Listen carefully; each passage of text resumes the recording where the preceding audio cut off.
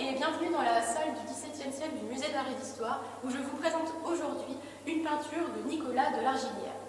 Cet artiste était particulièrement célèbre au XVIIe et XVIIIe siècle pour ses portraits. Et donc, l'œuvre que je vous présente aujourd'hui est intitulée « Portrait de femme en diane ». Cette œuvre fut réalisée vers 1685 et il s'agit d'une huile sur toile. Elle fut acquise par les musées en 1872. Alors, comme vous pouvez le voir, nous sommes ici face à une femme dont le portrait est coupé au genou. Celle-ci est richement vêtue d'une tenue à l'antique dont une ceinture cuirasse vient marquer la taille. Elle se promène dans la forêt en compagnie de ses deux chiens qu'elle tient en laisse. Alors, la présence de ces deux chiens ainsi que cette tenue permet d'identifier cette femme comme figurée en Diane, Diane étant la déesse de la chasse dans le panthéon romain. Alors, ce que je trouve particulièrement intéressant et inspirant dans cette œuvre, c'est le sentiment de vie qui se dégage de cette femme.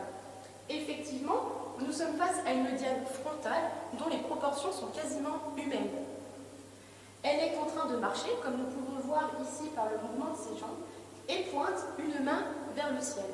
On a donc tout à fait l'impression qu'elle s'avance de la toile pour venir à notre rencontre et finalement échanger avec nous.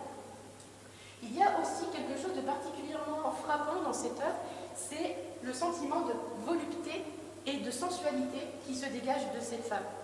Effectivement, ceux-ci sont marqués par les teintes particulièrement chatoyantes et chaudes que sont le rouge ici et le rouge étant la couleur de la passion, mais aussi par les détails et la finesse du traitement de cette peinture. Effectivement, les drapés ici traités différemment donnent l'impression qu'elle nous dévoile sa cuisse, juste parce que deux drapés sont différemment traités, celui-ci étant presque transparent. Cette ceinture aussi qui vient marquer sa taille met en valeur ses hanches, mais aussi sa poitrine, puisque comme vous le voyez ici, nous sommes face à une gorge nue, qui met en valeur sa poitrine par ce léger liseré de dentelle blanc. Une épaule ici légèrement dénudée vient vraiment apporter quelque chose de coquin presque à la peinture. Alors, cette femme, malheureusement, nous ne connaissons pas son identité, mais nous pouvons tout à fait supposer qu'il s'agit d'une femme de la cour royale. Pourquoi ? Tout simplement par la richesse de cette peinture, qui est finement réalisée, très précieuse dans ses détails, que ce soit au niveau de la ceinture et encore une fois des drapés qui reflètent la lumière, mais aussi par la tenue de cette femme, plutôt sa coiffure.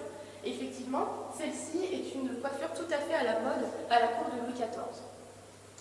Alors, il faut savoir qu'au XVIIe et XVIIIe siècle, il est très courant pour la grande noblesse de se faire figurer sous les traits d'un dieu ou d'une déesse. Tout simplement parce que ça permet, en quelque sorte, d'asseoir sa légitimité et son rang social. Alors, pour illustrer ce propos, je vous invite à aller découvrir deux autres peintures. Une autre Diane chasseresse, dans un tout autre style, beaucoup plus austère, réalisée par Wilhelm von Honthorst, qui représente cette fois-ci Louise-Henriette d'Orange, et réalisée en 1645, celui-ci étant conservé au musée d'Utrecht, mais aussi une œuvre, cette fois plus proche de notre royaume, qui représente la famille de Louis XIV sous les traits des divinités, étant une œuvre de Jean Lecret, datée de 1670. Je vous remercie et j'espère bientôt vous retrouver ici au musée de Langres.